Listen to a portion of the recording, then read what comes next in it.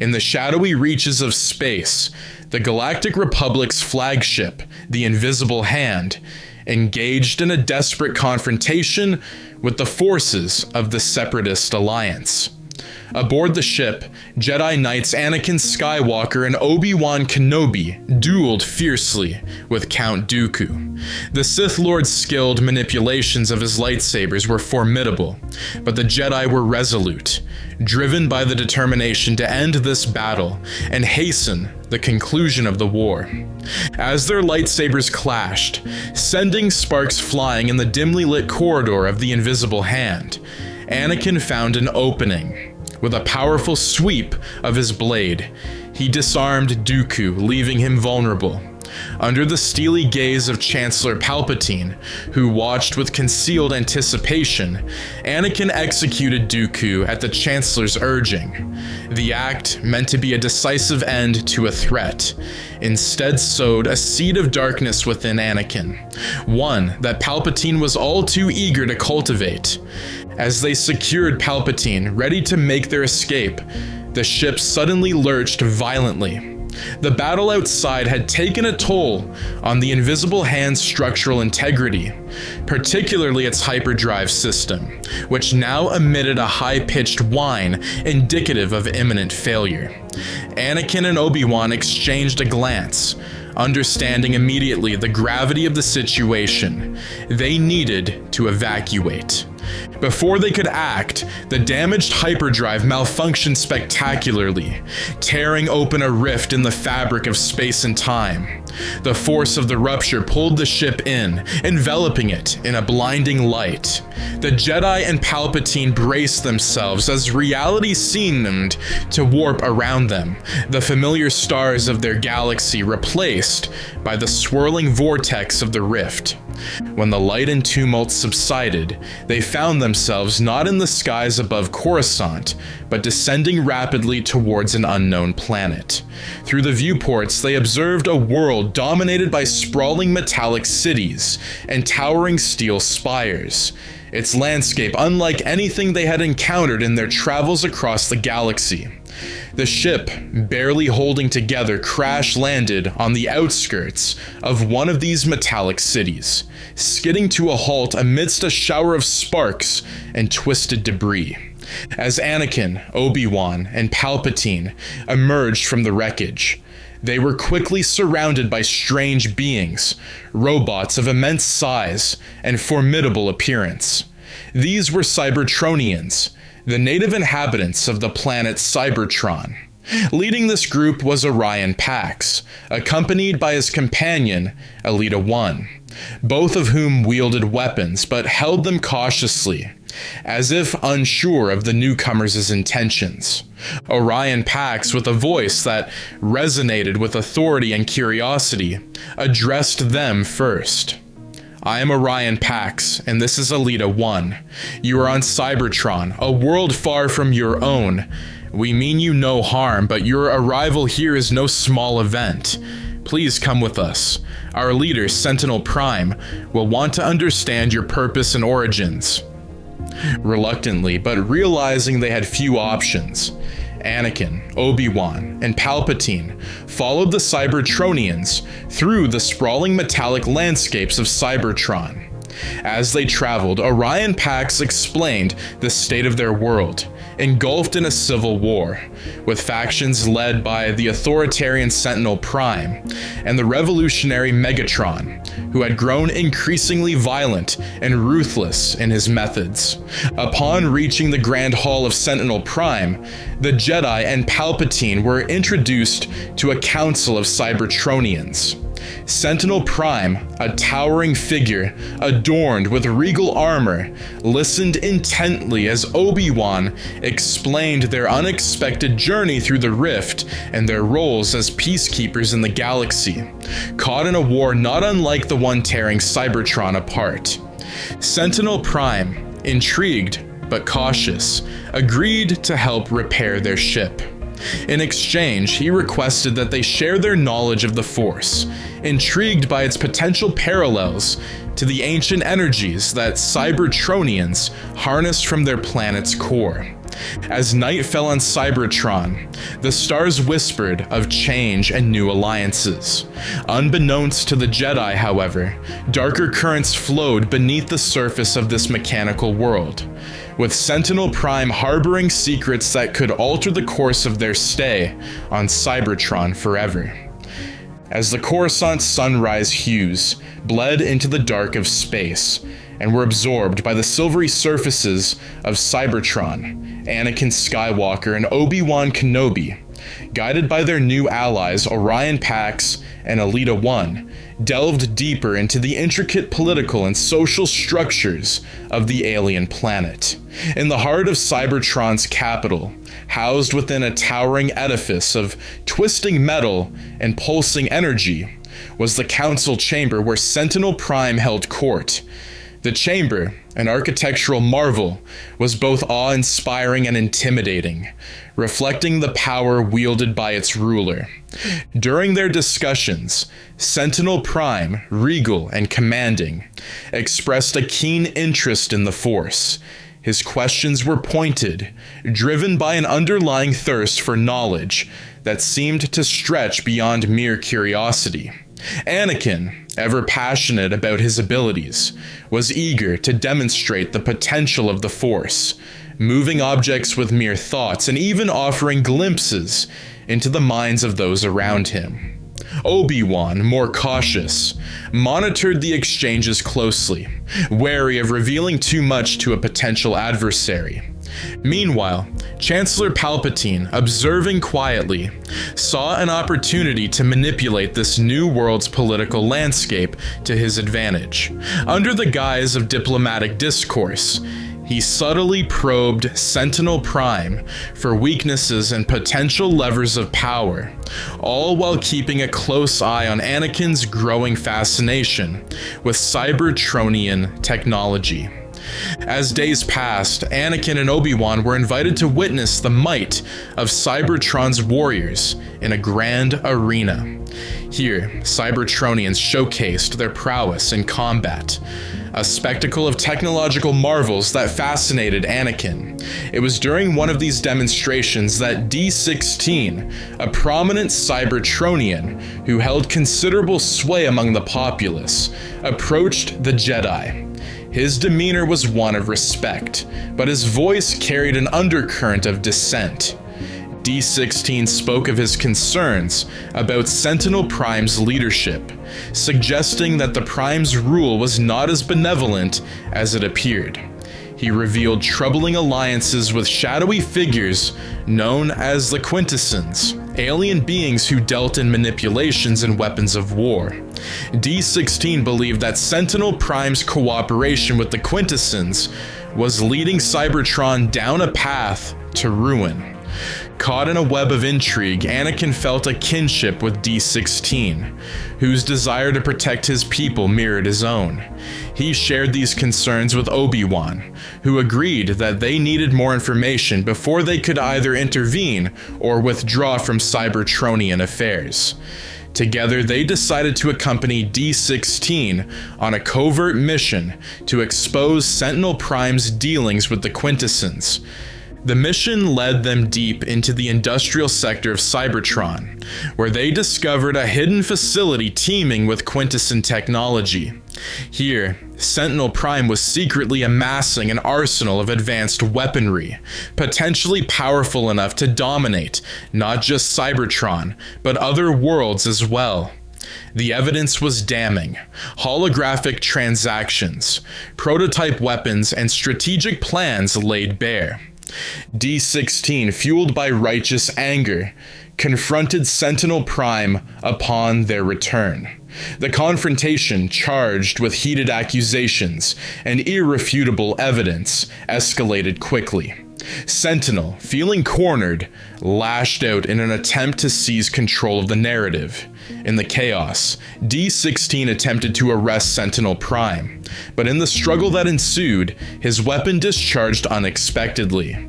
The blast struck not Sentinel Prime, but Orion Pax, who had thrown himself into the line of fire, hoping to defuse the situation. Anakin and Obi-Wan, horrified, could only watch as Orion Pax fell, gravely wounded into the core of Cybertron, a sacrificial fall that seemed to seal their fates. In the aftermath, D-16, consumed by guilt and rage, declared himself as Megatron, renouncing his past affiliations and vowing to end Sentinel Prime's reign permanently. With a small but powerful faction of followers, he executed a swift coup, during which Sentinel Prime was killed. Megatron's ascension marked a dark turn for Cybertron. Anakin, deeply affected by the events and questioning the Jedi's role in intergalactic affairs, found himself at a moral crossroads. Obi-Wan, ever the voice of reason, urged caution, but the seeds of doubt were already sown. As Act 2 drew to a close, Megatron, now in control, ordered the activation of the Quintesson weapons. His goal was clear: to eradicate any remaining loyalists of Sentinel Prime, a purge that would undoubtedly lead to countless innocents caught in the crossfire. Anakin and Obi-Wan, compelled by their principles, prepared to oppose Megatron, unsure of their chances but resolute in their commitment to peace and justice. The stage was set for a conflict that would test their very souls. In the aftermath of the violent coup that saw the rise of Megatron and the shocking fall of Orion Pax, Cybertron found itself on the brink of a deeper conflict. Megatron, newly crowned as the leader under the banner of revolution, wasted no time consolidating his power. The echoes of his forceful ascent reverberated through the corridors of Cybertron's ancient cities, stirring both fear and support among its inhabitants. Anakin Skywalker and Obi-Wan Kenobi, stranded far from their galaxy, grappled with their responsibilities. The Jedi were sworn to uphold peace and justice, but the complexities of Cybertron's civil strife presented a challenge unlike any they had previously encountered. Their immediate concern, however, was the fate of Orion Pax, whom they believed to have been lost to the depths of Cybertron's core. Unknown to them, deep beneath the planet's surface, in the ancient and mystical core, a transformation was occurring. Orion Pax, exposed to the raw and powerful energies of the Allspark, was not destroyed but reborn. The energies, sensing the nobility and valor within Pax, forged him anew, bestowing upon him not only a restoration of life, but enhanced abilities and wisdom. He arose as Optimus Prime, marked by the matrix of leadership embedded in his chest, a symbol of his destiny to lead. Above, as Megatron began his purge against the remnants of Sentinel Prime's regime, Optimus Prime emerged from the core. His appearance was timely. He arrived just as Anakin and Obi-Wan were defending a group of Cybertronian civilians against Megatron's enforcers. With a newfound majestic presence and a calm yet firm resolve, Optimus declared his intent to stop Megatron's tyranny. The Jedi, witnessing Optimus's transformation and his inspiring command, found a renewed purpose. They allied themselves with Optimus, who articulated a vision of freedom and justice that resonated deeply with their own principles. Together they planned a counter-offensive to reclaim Cybertron from Megatron's despotic rule. The battle lines were drawn quickly. Optimus, with the support of the Jedi, Anakin, and Obi-Wan, rallied those who believed in his cause. They were a diverse group, former Autobots who opposed Sentinel Prime's authoritarian policies, but who also rejected Megatron's brutal methods, alongside younger Cybertronians, inspired by Optimus's ideals. Megatron, upon learning of Optimus Prime's return and his alliance with the Jedi, reacted with a mix of rage and disdain. He viewed Optimus's survival and transformation as a direct challenge to his authority, and he prepared his forces for a decisive confrontation. The battle for Cybertron's soul erupted across its vast metallic landscapes. The clashing of titanic forces, illuminated by the eerie glow of Cybertron's twin moons, painted a stark tableau of war. In the midst of this chaos, Anakin's abilities grew more pronounced. The conflict stoked the fires of his burgeoning connection to the dark side, each combat pushing him closer to the edge. Obi-Wan, ever vigilant, noticed the subtle changes in Anakin's demeanor and tactics, which grew increasingly aggressive. The Jedi Master worried about his apprentice's vulnerability to the dark side, especially given the manipulations of Chancellor Palpatine, who continued to communicate secretly with Anakin, praising his strength and suggesting that his destiny might indeed lie along a different path than the Jedi Order. As the conflict reached its zenith, Optimus and Megatron engaged in a fierce duel. It was more than a fight for leadership. It was a clash of ideologies. Megatron wielded his power with ruthless aggression, while Optimus countered with a disciplined strength, guided by his belief in freedom and justice. The battle culminated in a dramatic showdown near the heart of Cybertron, where the energies of the Allspark could be felt most strongly. Anakin and Obi-Wan joined Optimus as he faced Megatron in the final confrontation.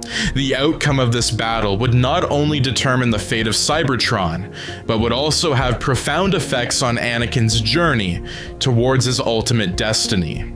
As the duel reached its climax, Optimus managed to overpower Megatron, but he chose not to destroy him. Instead, he offered Megatron a chance for redemption, appealing to the remnants of the friend he once knew as Orion Pax. Megatron, overwhelmed and defeated, rejected the offer and fled, vowing that the conflict was far from over. With Megatron's retreat, peace was temporarily restored to Cybertron. Optimus Prime assumed leadership of the planet, pledging to rebuild what had been lost and to forge a new path forward for all Cybertronians.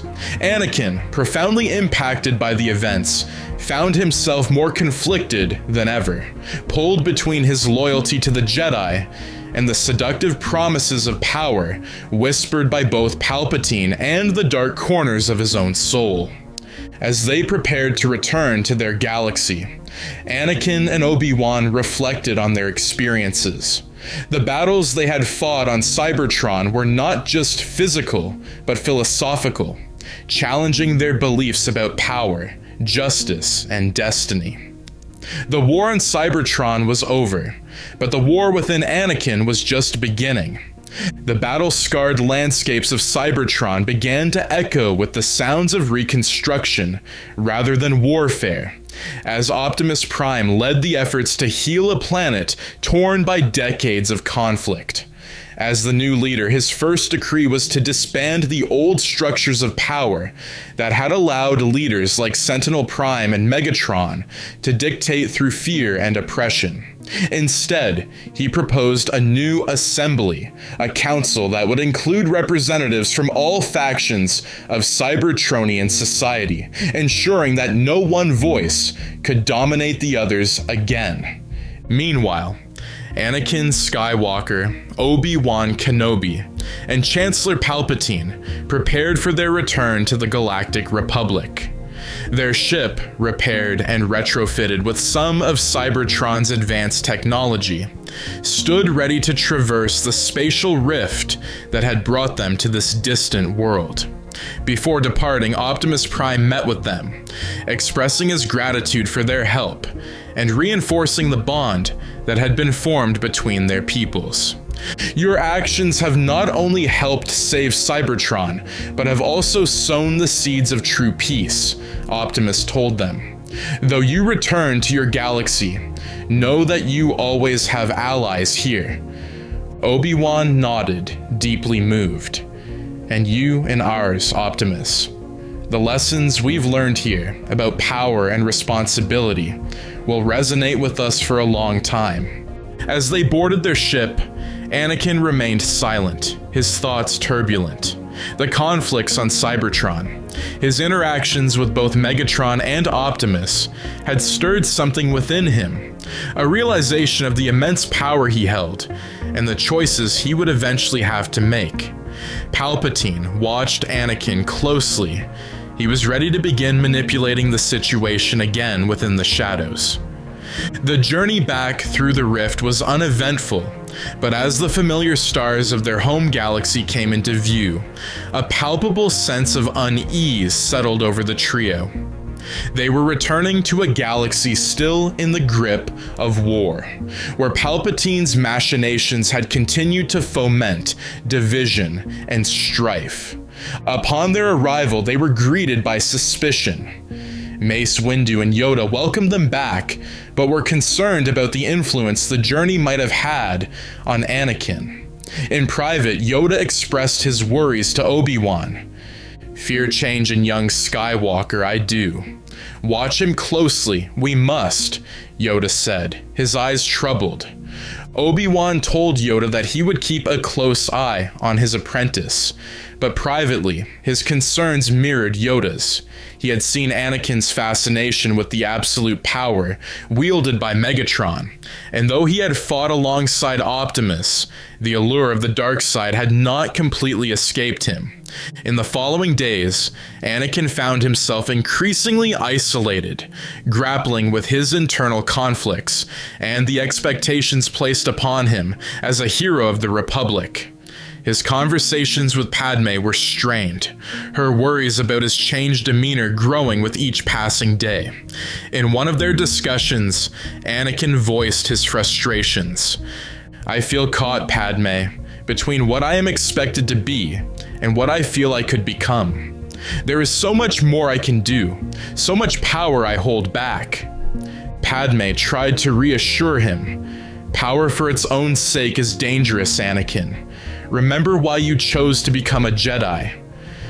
But Anakin's mind often wandered back to Cybertron, to the lessons of power and leadership he had learned there. The seeds of doubt, once planted, began to sprout into finding his own path, one that might not align with the Jedi or the Republic. Part 2. Beneath the bustling metropolis of Coruscant, in the depths of an ancient Sith temple hidden from the prying eyes of the Republic, Darth Sidious conducted a ritual steeped in the darkest arts of the Sith. His form, shrouded in a flowing black cloak, moved through the arcane symbols etched into the cold stone floor with precise, deliberate steps.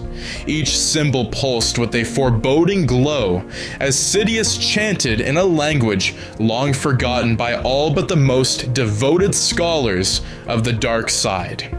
The air around him thickened with the power of the Force, twisting and crackling with energy as he manipulated the fabric of reality itself. The temple's walls, lined with relics of Sith history, seemed to resonate with a sinister anticipation, their shadows dancing like specters in the flickering light of torches. Sidious's voice grew louder, a crescendo of power that filled the chamber with an ominous hum. As the ritual reached its zenith, the space before him began to distort, shimmering like a mirage in the desert sun. A portal tore open, a swirling vortex of blues and blacks, bridging the vast distances between galaxies. From this swirling gateway, a figure emerged, Megatron, the formidable leader of the Decepticons. His metallic body gleamed under the temple's dim lighting, his red eyes scanning the room with calculated wariness. Megatron's arrival was not a quiet one. His massive form barely contained within the confines of the ancient space, he stepped fully into the Sith temple. His presence an imposing contrast to the humanoid shape of Sidious. Initial hostilities were instinctual. At Megatron's command, several Decepticons who had followed their leader through the portal launched themselves at Sidious. With a mere flick of his wrist, Sidious unleashed a wave of the Force, repelling the attackers with such force that their metal bodies crumpled upon impact with the temple's walls. Their defeat served as a stark demonstration of the power Sidious wielded, a power that Megatron could not ignore. The dark side of the Force is a pathway to many abilities some consider to be unnatural, Sidious declared, his voice echoing powerfully through the chamber. He approached Megatron with a calm demeanor, an eerie smile playing upon his lips. You seek power, Megatron, the Force's ultimate power. Imagine what you could command with it. Megatron, his interest piqued by this display and the promise of new conquests, listened intently. Sidious spoke of a galaxy ripe for the taking, of planets bending to their combined might, and of the Jedi who stood as guardians of peace and justice, a barrier they would need to remove. Join me, and I will share this power with you. Together we can rule over this galaxy as Emperor and King, Sidious proposed, his voice a silky lure. He extended his hand in a gesture of partnership, the shadows of the room seeming to coil around them, like spectators awaiting Megatron's response. After a moment of heavy silence, where the only sounds were the distant echoes of Coruscant above, and the soft whirring of Megatron's internal mechanics, the Decepticon leader finally nodded. Your proposal is acceptable, Sidious, but I am no one's servant. I will be your ally, not your underling. Of course, Sidious replied smoothly, as if he had expected no less. Together we shall be unstoppable. The Jedi will fall, and the galaxy will be ours to command. As the pact was sealed, the rift slowly closed, its purpose served. Sidious and Megatron turned from the portal, their alliance a dark harbinger of the chaos to come. Above them, the unsuspecting galaxy continued its orbit, unaware of the storm that was about to descend upon it. This detailed opening act sets the stage for a story of grand scale and deep intrigue, with each character driven by complex motives and the promise of power. The scene transitions seamlessly into the unfolding chaos that will soon engulf the galaxy, driven by these two formidable leaders. The political climate on Coruscant was becoming increasingly precarious, with whispers of unrest and deception infiltrating the highest echelons of the Galactic Senate. Amidst this backdrop, Anakin Skywalker found himself at the epicenter of a crisis, not just of loyalty, but of identity. Despite his heroic contributions to the Republic and mastery over the Force, the Jedi Council continued to withhold the recognition and trust he craved, denying him the rank of Master. The grand halls of the Jedi Temple, with their towering pillars and serene ambiance, felt increasingly oppressive to Anakin. Each council session left him more alienated, fueling a smoldering resentment stoked carefully by Chancellor Palpatine, Darth Sidious in secret. Sidious, a master manipulator, used these private audiences with Anakin to deepen the young Jedi's mistrust towards the Council, subtly emphasizing their perceived fear of Anakin's power. Anakin, you are exceptional, more so than any other Jedi of your time, Sidious would murmur during their clandestine meetings, his voice soft yet insidious. The Force is strong in you. Stronger than in any Jedi I have known. Yet, they hold you back. Why do you think that is? Meanwhile, the far reaches of the galaxy called Obi-Wan Kenobi, away from Coruscant, to the remote planet of Utapau. His mission, to eliminate General Grievous, a task intended to bring a swift end to the war and cement his own legacy. His departure, however, left Anakin without his most trusted confidant at a time when the young Jedi's soul was being quietly battled over by the forces of light and dark. As the Clone Wars drew towards what seemed like an inevitable conclusion, Palpatine revealed his true nature to Anakin, setting the stage for the young Jedi's ultimate test. In the shadowy confines of his office, overlooking the glittering cityscape of Coruscant, Palpatine shared his deepest secret. He was a Sith Lord, the very embodiment of the dark side mastery that Anakin had begun to desperately seek as a means to save Padme from the haunting premonitions of her death. The revelation was a calculated risk, but Palpatine had expertly woven his web around Anakin's fears and aspirations. When Mace Windu and other members of the Council arrived to confront and arrest Palpatine, Anakin faced the most defining choice of his life. Torn between his loyalty to the Jedi and his drive to save Padme at all costs, Anakin intervened on Palpatine's behalf. His actions led to Windu's death, a moment that marked Anakin's irrevocable turn to the dark side.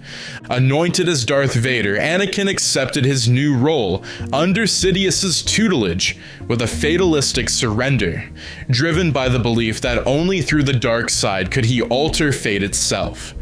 His first task as Sidious's apprentice was not just symbolic but a rite of passage into darkness. He was to lead the assault on the Jedi Temple.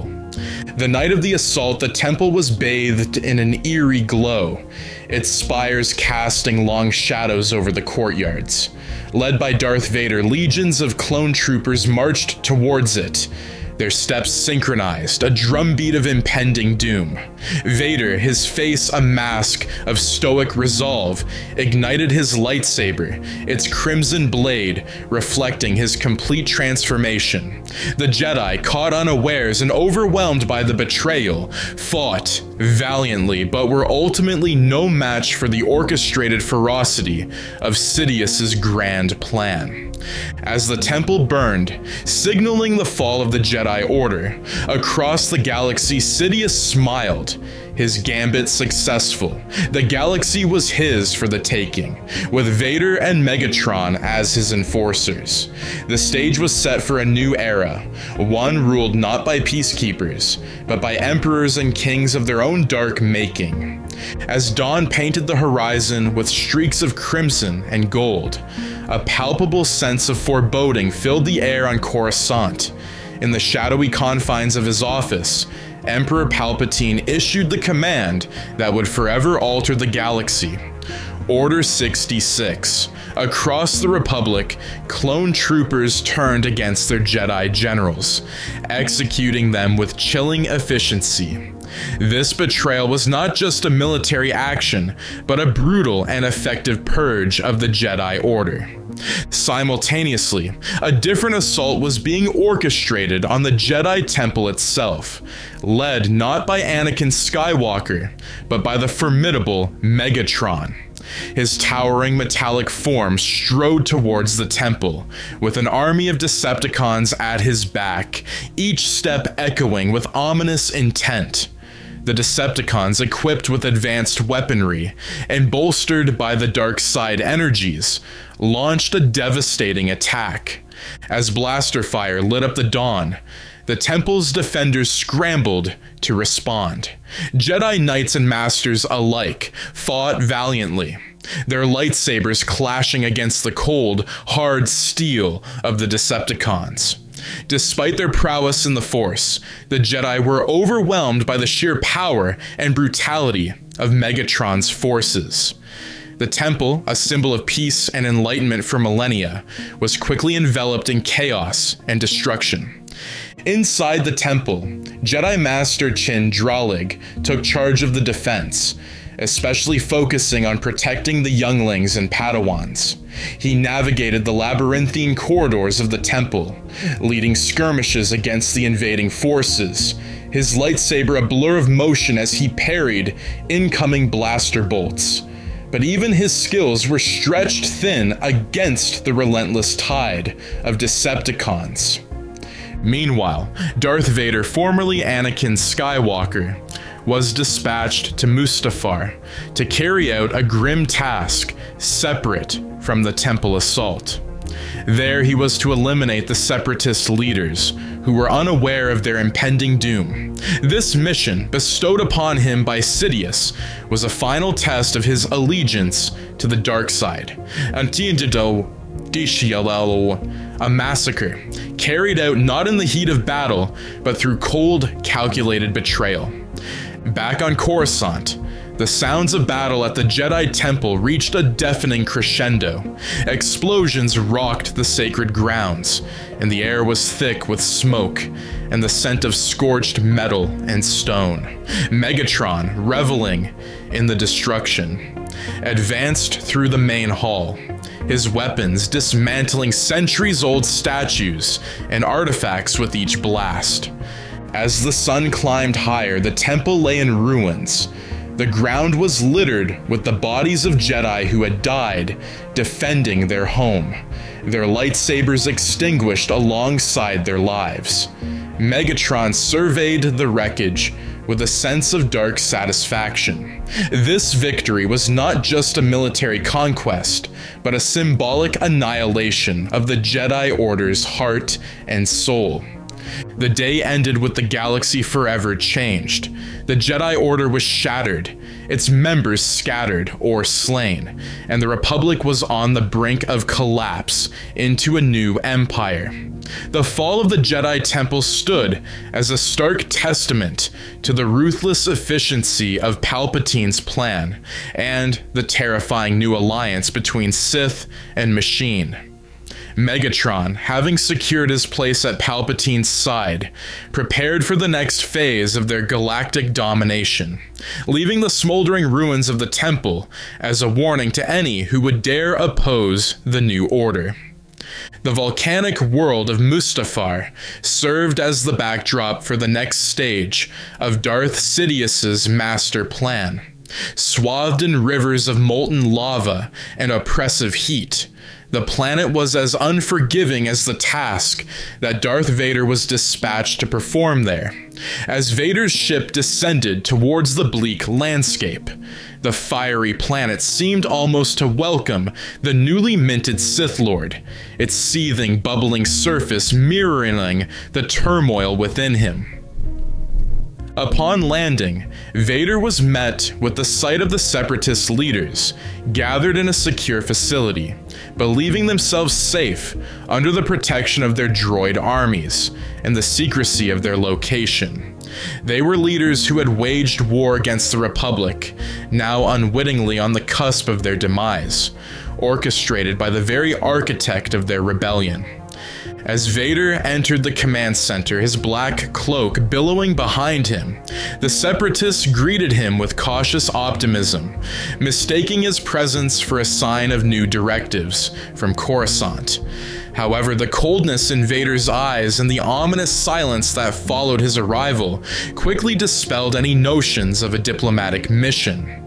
With methodical precision, and without a word, Vader activated his lightsaber, its crimson blade casting a sinister glow across the room. The Separatists' confusion turned to terror as they realized the true purpose of his visit. One by one, Vader struck them down, his movements neither hurried nor hesitant. Each stroke of his saber was a betrayal of the Jedi principles he once upheld, each life taken a step deeper into the dark abyss he had chosen to walk. The facility's droids, programmed for combat, attempted to intervene but were no match for Vader. His mastery of the Force allowed him to dismantle them with brutal efficiency, turning their own weapons against them in a display of raw power. As the last of the Separatist leaders fell, the command center became a tomb, a silent witness to the end of the Confederacy Meanwhile, back on Coruscant, Emperor Palpatine monitored the progress of his new apprentice with a satisfied grin. The destruction of the Separatist leadership marked the final act in his elaborate scheme to seize total control of the galaxy. With the Jedi Order decimated and the leaders of the rebellion eliminated, there were few left to oppose his rule. But the dark deeds on Mustafar were not the only events unfolding in the galaxy. Unknown to Vader, Padme Amidala, driven by a desperate hope to save the man she loved, embarked on a journey to Mustafar after learning of Anakin's turn to the dark side. Accompanied by C-3PO, she flew towards an uncertain fate, her heart burdened with sorrow and fear for the soul of Anakin Skywalker, whom she feared was lost forever. As Vader stood amid the ruins of the command center, the dark side surged within him, its power a pulsing echo of the volcanic activity that raged outside. The destruction he had wrought on Mustafar was not just a physical act of violence, but a symbolic severance from his past. From Anakin Skywalker, the Jedi Knight, to Darth Vader, the Sith Lord. The ominous glow of Mustafar painted a dire backdrop as Padme Amidala's ship descended through the thick, sulfurous atmosphere. With each meter the ship dropped closer to the molten surface, Padme's heart sank deeper into despair. Beside her, C-3PO provided a comforting presence, albeit unaware of the true gravity of the situation. Upon landing, Padme hurriedly disembarked, her eyes scanning the landscape for Anakin. She found him standing near the edge of a lava river, his figure silhouetted against the fiery eruptions that illuminated his dark form. The sight of him, so stark against the chaos of Mustafar, tightened her throat with fear and sorrow. "Anakin," she called out, her voice echoing faintly over the roar of the planet. He turned slowly, his face revealing the deep conflicts that marred his soul. His eyes, once a vibrant blue, now held a haunted look. As Padme approached him, her words tumbled out in a rush of emotion. "Anakin, please come back to me. What you are doing is wrong. I've heard terrible things." "Like what?" Anakin's voice was a mix of defiance and curiosity. "That you turned against the Jedi. That you killed Mace Windu," Padme replied, her voice breaking with each word. Anakin's face hardened. "I have brought peace, freedom, justice, and security to my new empire," he declared, his tone leaving no room for debate. "Your new empire?" Padme's confusion turned to horror. "Anakin, you're going down a path I can't follow." As their tragic conversation escalated, Anakin's fears and paranoia surfaced violently. "Because of Obi-Wan?" he accused, his voice rising in suspicion. Before Padme could respond, Obi-Wan Kenobi emerged from the ship, his presence confirming Anakin's worst fears. "You brought him here to kill me," Anakin shouted, his anger boiling over. The situation escalated rapidly into physical confrontation.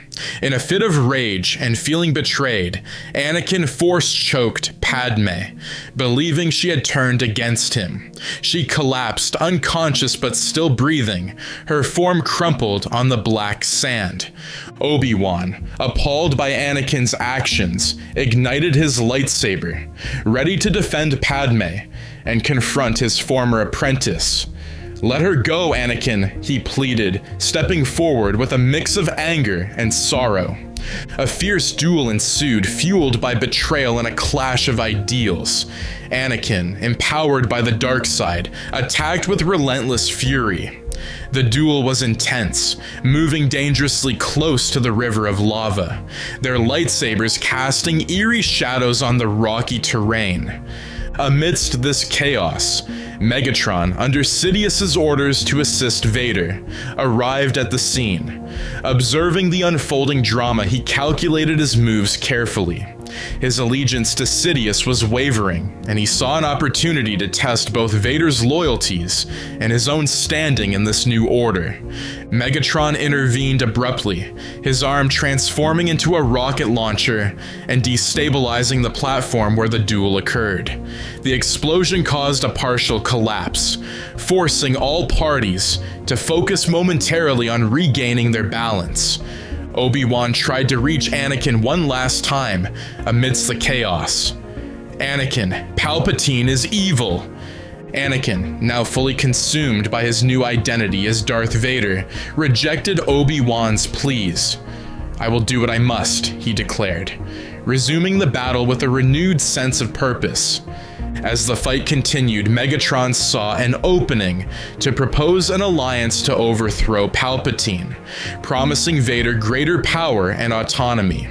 This temporary distraction allowed Obi-Wan a slight advantage, but it was short-lived. Now Darth Vader stood with Megatron, the Decepticon leader, as both faced Obi-Wan Kenobi across the smoldering landscape. The ground beneath them was unstable, much like the relationships and loyalties that hung in the balance. As the fight resumed, Obi-Wan, with a tone mixed with desperation and sorrow, implored Anakin, "This is not the way, Anakin. Remember who you are." But Anakin's heart was shrouded in darkness, his mind twisted by betrayal and fear of losing Padme. He was resolute, convinced that the dark side offered the only path to saving her life. Megatron, sensing an opportunity to deepen the chaos, goaded Anakin further, aligning with his new ally against the Jedi Master. "The Jedi cannot offer you the power to save your loved ones," he rumbled menacingly. With a sinister laugh, he helped Vader engage Obi-Wan, their combined forces overpowering the Jedi. The duel intensified, with lightsabers and blaster fire echoing off the canyon walls. Anakin and Megatron coordinated their attacks, driving Obi-Wan back toward a perilously narrow ledge overlooking the lava river. In a desperate move, Megatron unleashed a heavy kick that sent Obi-Wan teetering on the edge, barely holding onto his footing. As Obi-Wan clung to the rocky face, he made one last plea to Anakin. "It's not too late, Anakin. Return to the light. Remember your values and who you once were." His voice was a hoarse whisper over the roar of the surrounding inferno. Ignoring Obi-Wan's pleas, Anakin, fueled by rage, there is no turning back. In unison, he and Megatron advanced, ready to end the battle. But as they lunged, Obi-Wan used the last of his strength to leap to the higher ground, turning to face them from a position of tactical advantage.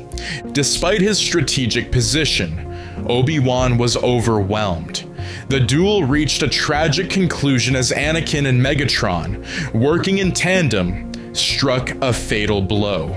Obi-Wan's body fell gracefully, almost in slow motion, into the fiery river below, burning up. Standing over the spot where Obi-Wan had fallen, Anakin and Megatron watched as Palpatine's ship descended from the sky. As the Emperor approached, the dynamic quickly shifted.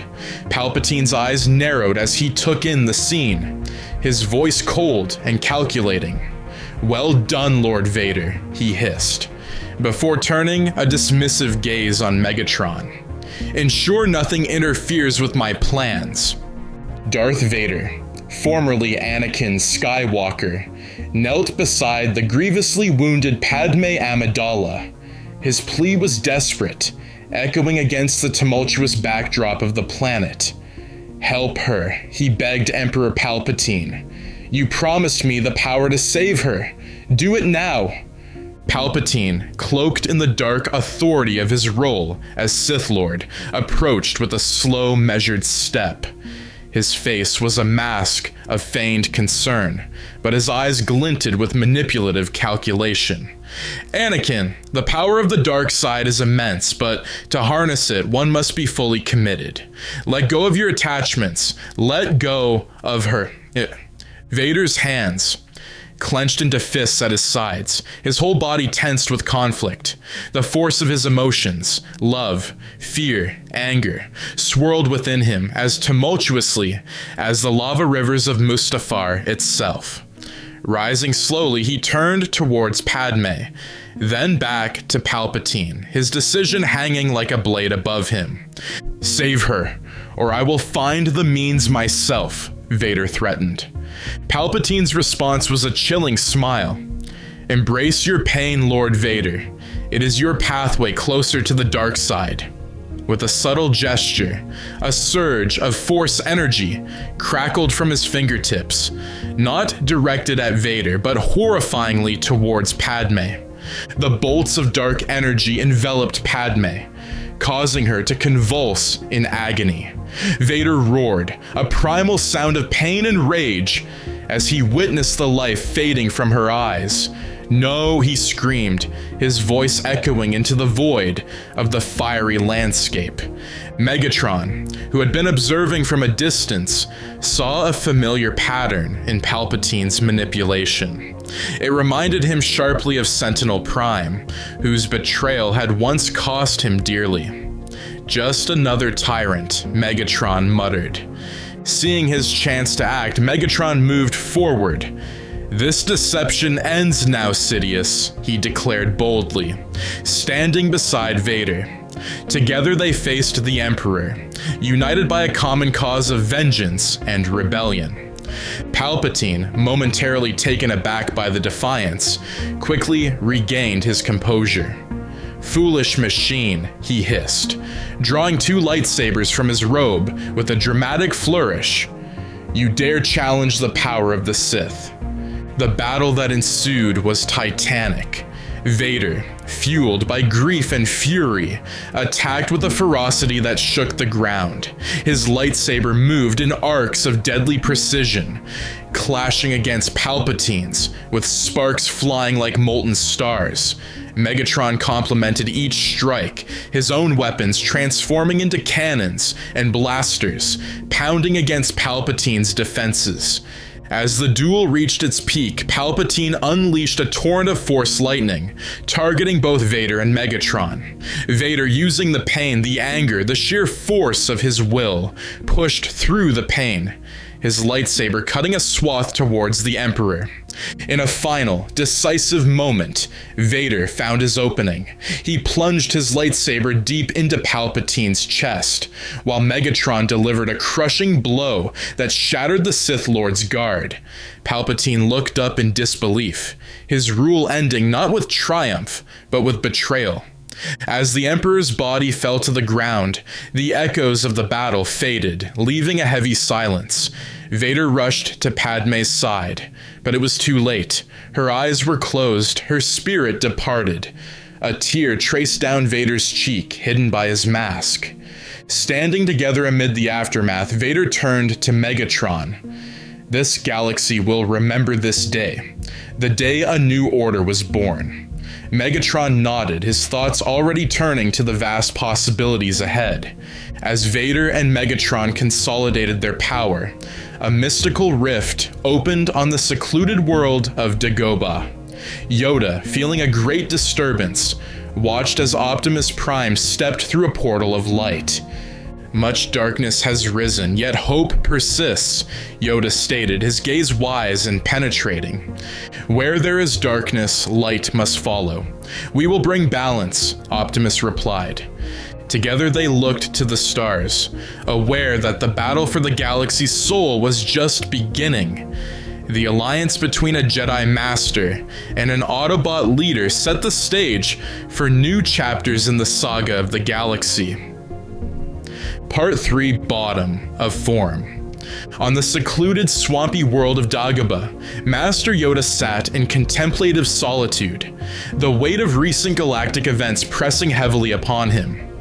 The air, thick with the scent of decay, and life in equal measure, seemed to pulse with the Force, reflecting the turmoil that had gripped the galaxy. As twilight draped its veil over the murky waters, a shimmering figure appeared before Yoda. It was Obi-Wan Kenobi, or rather, his Force ghost, glowing with a soft blue light. His expression was somber, his eyes filled with the sadness of knowledge.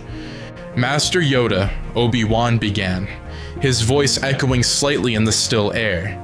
"Tragic news I bring. On Mustafar, it happened. Anakin, he has fallen fully to the dark side." Yoda's ears drooped slightly, a sigh escaping his lips. "Feared this, I did. A great shadow across the Force, I have felt." Obi-Wan continued. "Padme attempted to save him, to bring him back from the brink, but it was too late. She perished on Mustafar, along with their unborn children." The revelation struck Yoda deeply, his old eyes closing in grief. "Blinded by our own hubris we were. Failed Anakin, we have." As they shared a moment of mourning, another figure materialized beside Obi-Wan. It was Qui-Gon Jinn. "There is yet hope, Yoda. You must not despair. The Force works in ways we cannot always understand." Yoda looked between his old friends, a spark of light in his eyes. "A way forward, there must be." Obi-Wan nodded. "There is one who might yet change the course of this darkness. Ahsoka. Find her, we must. Help her, we will, to restore balance to the Force." Qui-Gon's voice was a gentle rumble. "Be mindful of the living Force, Yoda. Let it guide you as you undertake this crucial task." With a new mission at hand, Yoda felt a faint stir of hope amid the shadows of defeat. "Begin this quest, I shall. And, Optimus Prime, seek out, I will. Strong allies we will need." As the ghosts of Obi-Wan and Qui-Gon faded into the night, Yoda prepared himself for the journey ahead. He knew the road would be fraught with danger and uncertainty, but the chance to redeem Anakin and save the galaxy from further darkness was a chance worth taking. With the twin moons of Dagobah rising in the sky, Yoda boarded his small spacecraft, setting his course for where he felt Ahsoka's presence strongest. The Force hummed around him, a constant companion and guide, as he ventured forth to unite the fragments of light remaining in a galaxy consumed by shadow. As Yoda embarked on his quest to find Ahsoka Tano back on Mustafar, Darth Vader and Megatron oversaw the construction of a colossal structure that would symbolize their new reign, the Death Star.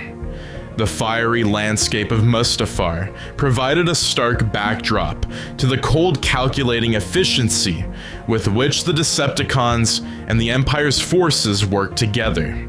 The towering construction droids, many modified with Cybertronian technology, labored alongside stormtroopers and Imperial engineers under the watchful eyes of their formidable leaders. Vader stood on a high platform, overlooking the sprawling construction site. His black cape billowed around him in the hot winds, his gaze fixed on the skeletal framework of the Death Star. Despite his commitment to their shared cause, Vader's mind was elsewhere, haunted by memories of Padme and the haunting words of Obi-Wan's ghost. Megatron approached Vader. His heavy steps on the metal platform resonated like the ominous drumbeats of war. "Lord Vader, your focus seems divided," Megatron remarked, his voice a low rumble. "Remember, the Death Star is not just a weapon. It is a symbol of the order we will bring to this galaxy." Vader's response was terse. "I'm aware, Megatron, but do not presume to understand the ways of the Force. This station, it will secure our rule, but the true power lies within."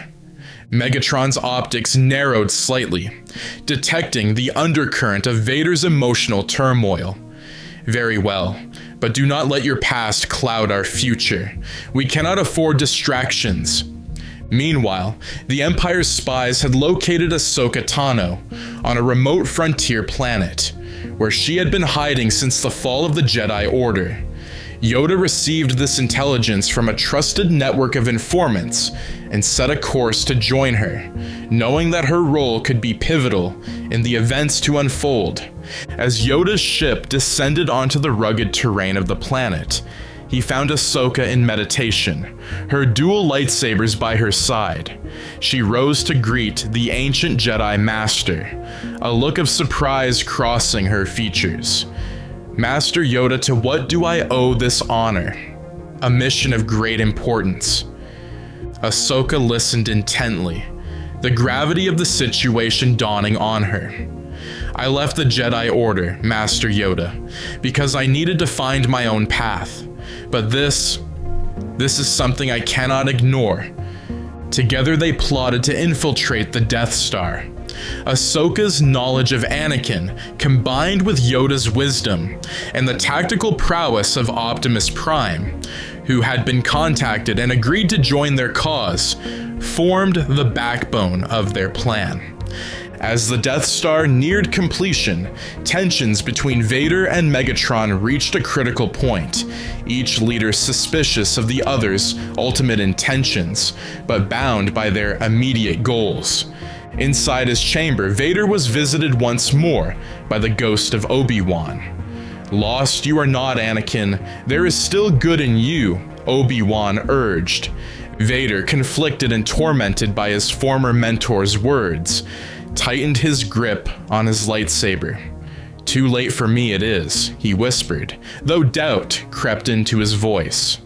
In the shadowy corridors of the nearly completed Death Star, the air was thick with the electric hum of machinery and the heavy presence of oppression.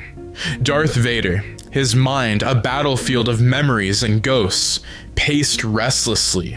The ghost of Obi-Wan Kenobi, persistent in his efforts to reach his former pupil, appeared again, materializing with a gentle glow in the dim light. "Anakin," Obi-Wan's voice was calm yet filled with urgency.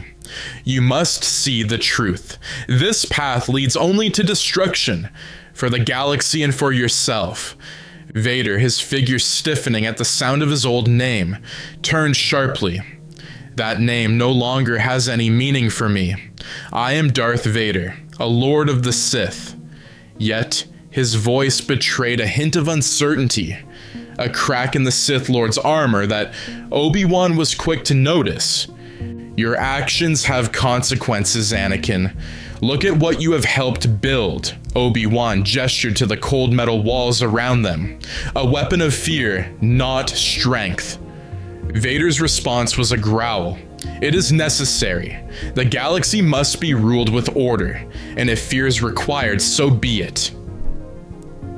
As they conversed, Yoda, Ahsoka, and Optimus Prime covertly landed their craft in a remote sector of the Death Star. With the precision of seasoned warriors, they navigated the labyrinth of corridors and service tunnels. Their mission was clear: destabilize the new regime by directly confronting Vader and Megatron. Ahsoka, leading the way with her twin lightsabers ignited, felt the weight of her former master's fate pressing down on her. "I can feel Anakin's presence," she whispered, her voice tense. "He's close, and he's in pain." Yoda, his eyes narrowed, added, "Sense the conflict within him, I do. Hope for him yet, there may be." Meanwhile, Megatron, aware of the intruders but not their identities, prepared his defenses. His mechanical form clicked and whirred as he armed himself, ready for the confrontation. "Let them come," he declared with a menacing tone. "They will find this station fully operational and ready to extinguish their futile rebellion." As the trio approached the central command area, they were met by a squad of elite stormtroopers led by a Decepticon warrior. The battle was fierce. Ahsoka's agility and training allowed her to deflect blaster shots with grace and precision, while Optimus Prime used his strength and armor to shield Yoda, who, despite his small size, moved with surprising agility and mastery of the Force. The skirmish drew the attention of Vader, who felt a surge of conflict within him as he sensed Ahsoka's approach. Stepping into the fray with his red lightsaber gleaming menacingly, he faced his former apprentice. The meeting was charged with emotion, each aware of the tragic path that had led them here. Ahsoka, Vader's voice, was a mix of command and a plea. Join me. Together we can overthrow Megatron and rule the galaxy, bring order and peace. Ahsoka, her face a mask of determination and sorrow, shook her head. I came here to stop you, Anakin, to save you from yourself. I won't join you. As they engaged in a tense duel, Yoda sought out Megatron, their confrontation a clash of raw power against ancient Force techniques. Megatron, intrigued by the challenge, engaged eagerly, his own systems adapting to counter Yoda's moves. The battle reached its zenith as Vader, struggling with his internal demons and the reality of facing his past through Ahsoka, began to falter. His swings grew less certain, his defense opening up under the weight of his self-doubt. Back in the command room, as alarms blared and lights flickered, the fate of the galaxy hung in balance, with each strike, each parry, each word exchanged between former master and apprentice, echoing through the cold metal halls of the Death Star. As the battle raged within the Death Star, the conflict reached new heights of intensity. Ahsoka and Vader continued their duel, each strike heavy with emotion and history. Ahsoka's movements were fluid, a dance of light that contrasted sharply with Vader's aggressive, powerful swings.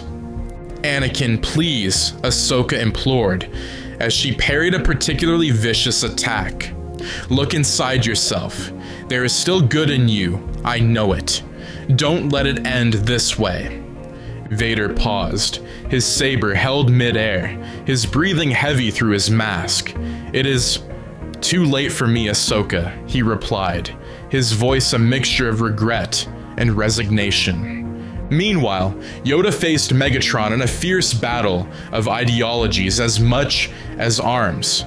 Yoda, small and agile, darted around the larger Decepticon, using the Force to enhance his jumps and dodges. Blinded by power you are. Lead you at will to ruin, Yoda declared, somersaulting to dodge a swipe from Megatron's Energon sword. Megatron's laugh boomed through the corridor. Foolish Jedi, power is the ultimate truth, and I will show you its might. He unleashed a barrage of cannon fire, which Yoda deflected with quick waves of his hand, redirecting the energy back towards Megatron. As the duel progressed, Optimus Prime navigated through the internal defenses of the Death Star, planting explosives strategically to cripple the station's superstructure. He moved with a solemn purpose, aware that the success of their mission hinged on his actions. Every corridor secured and every charge set brought them closer to their goal. Back in the duel with Vader, Ahsoka sensed her former master's conflict. I won't leave you, not this time, she said, stepping back and lowering her weapons as a sign of trust. Vader hesitated, his lightsaber trembling in his grip. The memories of his past, the pain, the loss, the love flooded through him, clashing with the dark side's grip on his soul. Suddenly, the station rocked violently as Optimus set off the first series of charges. Alarms blared, red lights flashed, and over the intercom, a robotic voice announced imminent structural failure. Evacuate immediately, it urged, in a calm, detached tone. Seeing the chaos erupting around them, Yoda seized the moment to intensify his attack on Megatron. With a powerful Force push, he sent the Decepticons staggering backward, momentarily off balance. Yoda leapt forward, aiming to disarm Megatron with a swift strike. Megatron recovered quickly, his systems adapting to the Jedi's tactics. You will not defeat me, little Jedi. I am beyond your ancient arts, he boasted, catching Yoda's strike with one hand and counterattacking with a surge of electrical energy. In the control room, Vader made his choice. Dropping his lightsaber, he reached out to Ahsoka with his hand. "Help me do the right thing," he pleaded, the sincerity in his voice cutting through the chaos. Together, Ahsoka and Vader hurried to join Optimus Prime, dodging falling debris and sprinting through disintegrating hallways. They reached Optimus as he was setting the final charge near the core reactor. "Prime, we must leave now," Vader shouted, his voice urgent. Optimus nodded, activating his communicator. "All forces, retreat immediately," he ordered, and then turned to the reactor. With a final look at his allies, he pressed the detonator, ensuring the destruction of the Death Star. Anakin, Optimus Prime, and Megatron faced off in a dramatic and final confrontation. The station trembled around them, the sounds of alarms and crumbling metal creating a cacophony that echoed the chaos of their battle. Megatron, fueled by a desire for supremacy, unleashed a barrage of attacks against both Vader and Optimus. "You both are relics clinging to outdated ideals," he roared, his arm transforming into a massive cannon that fired energy blasts with devastating power. Vader, his connection to the Force deepened by his recent reflections and the ghostly visitations, parried with his lightsaber, deflecting the blast with precise, controlled movements. Megatron, "Your vision is narrow, your path destructive," Vader countered, his voice resolute amidst the chaos. Optimus, ever the peacemaker but a warrior when needed, shifted into his battle form, his own weapon systems locking onto Megatron. "This ends now for the sake of the galaxy," Optimus declared, his voice booming over the din. As the trio exchanged blows, the charges set by the rebel forces began to detonate in sequence, shaking the foundation of the Death Star. Realizing the imminent destruction, Vader turned to Optimus and Megatron, his voice urgent. "We must cease this conflict and leave, or perish here together." Megatron, laughing disdainfully at the idea of retreat, attacked anew, his strikes more desperate and fierce.